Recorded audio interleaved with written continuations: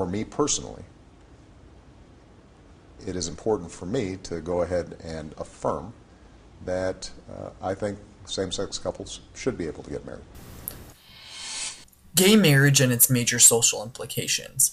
In recent years, we've seen many people come out in support of gay marriage, such as President Obama, like we've just seen. But what is it about gay marriage? Why, of all of the daily discrimination that gays feel, why is it marriage that this is what's being pinpointed? The answer is rooted in quite a lot, but mainly for me has to do with two things. Money. Money is what funds these huge political campaigns that advocate for gay marriage, and secondly, something that reifies the social structure, heteronormativity. How can we make gay couples seem exactly like straight couples?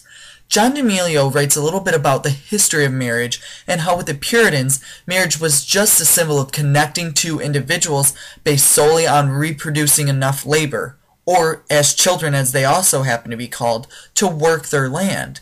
Then why do we feel marriage is the end-all be-all in this country if our new aim under capitalism with marriage is based solely on love and affection? Michel Foucault talks about something he refers to as an authorized vocabulary in our society. Part of this authorized vocabulary in our country is one in which we must all talk about getting married and wanting to get married. But why? Why do we all need to want to get married? Well, in romantic love, Eva E. Luz shows how societies have what she calls a romantic utopia, and for American citizens, along with countless other countries, this utopia belongs in getting married. This utopia is where American citizens get their self-fulfillment, where their authenticity and meaning lies, and where their ultimate happiness will be at. But why in marriage? Amy Shallett shows how abstinence only until marriage programs in our country took a huge rise in funding in the early 1980s, and until Obama took office, they continued to get huge increases in funding. If there's a lot of money backing a specific program, a school is going to teach it. And here it's teaching kids you cannot have sex until marriage. Who wouldn't race until marriage if they knew they could finally have sex and not feel socially marginalized because of it? But who could get married in this country when those programs started? People who took part in heterosexual relationships. Then why is it a problem that people are advocating to allow those who couldn't have unapologized sex because they were not able to get married the right to have that marriage, to have that non-shameful sex? Well, because by telling gays in our country that they are now able to get married as long as they are monogamous, perfectly tailored marriages that reflect exactly the same type of marriage as straight people, it tells gays that we will not accept you for you unless you look and act just like straight people. I'm sorry, but I'm hesitant to agree to such guidelines, especially with the current state of marriage in this country.